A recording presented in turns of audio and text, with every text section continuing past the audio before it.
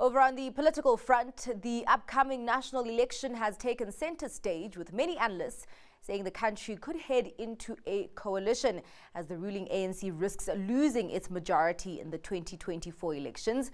According to a poll by market research organization Ipsos, support for the ANC could come in below that 50% mark.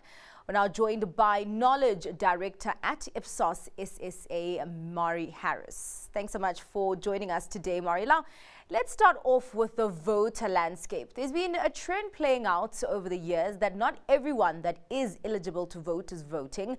What is at the crux of this shift in voter appetite? Well, we have seen this trend over the last number of years. Actually, if you look at the percentages since 1999 up to now, every election, whether it's a local election or a national provincial election, there are fewer people participating, or a smaller proportion of the electorate rather that are participating.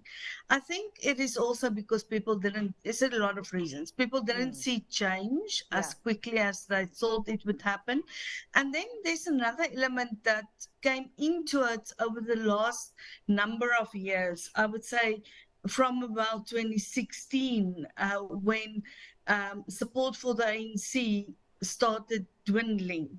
And a lot of people who were previous ANC voters then rather stayed away from the polls rather than to go and vote. And we still see that trend. And currently there are about 42.5 million South Africans who are eligible to vote. And according to this morning's figure on the IEC figures, there are 27.1 million registered to vote. I don't think they have already included everybody that registered. But that means about 2/3 of the people in South Africa who are eligible to vote are registered. So already before we even start talking elections, there's about 1/3 of people who can vote who are not registered and are not going to participate. Yeah. You mentioned something quite interesting, that from 2016, support for the ANC has been dwindling, and a lot of those people that used to vote for the ANC just decided to stay away. Is this also a case of maybe those voters not believing in the other parties enough for them to actually make the effort to vote? Yes, you are quite right. What we had seen with the dwindling of support the ANC, and as you know, in the previous local government election, the ANC support across the country fell to below 50% in the 2021 election. But it is true that none of the other parties, of the other opposition parties, could really capitalize on less support for the ANC. They had their own problems. Some of them also had a lot of internal problems. Some of them could not really succeed in selling their message to the electorate.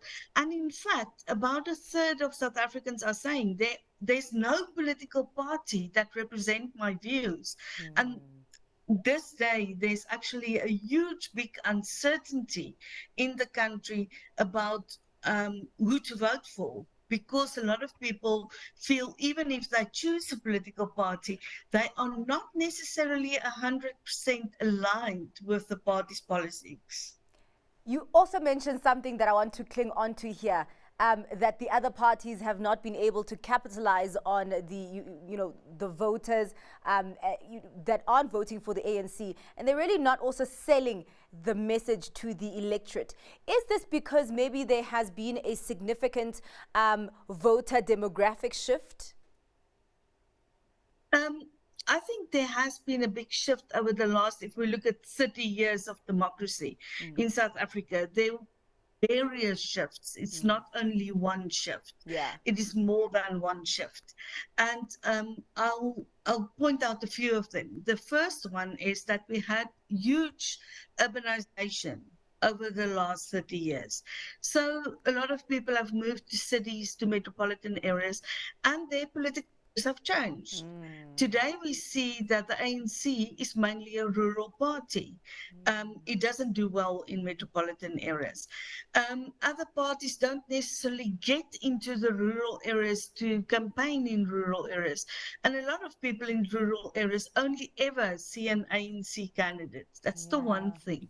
Then, about um, the electorate themselves, there are more females that are registered than males who are registered to vote. And I don't think a lot of the political parties are especially focusing on issues that matter to females. Although they are more than 15 million of the 27 million registered are female.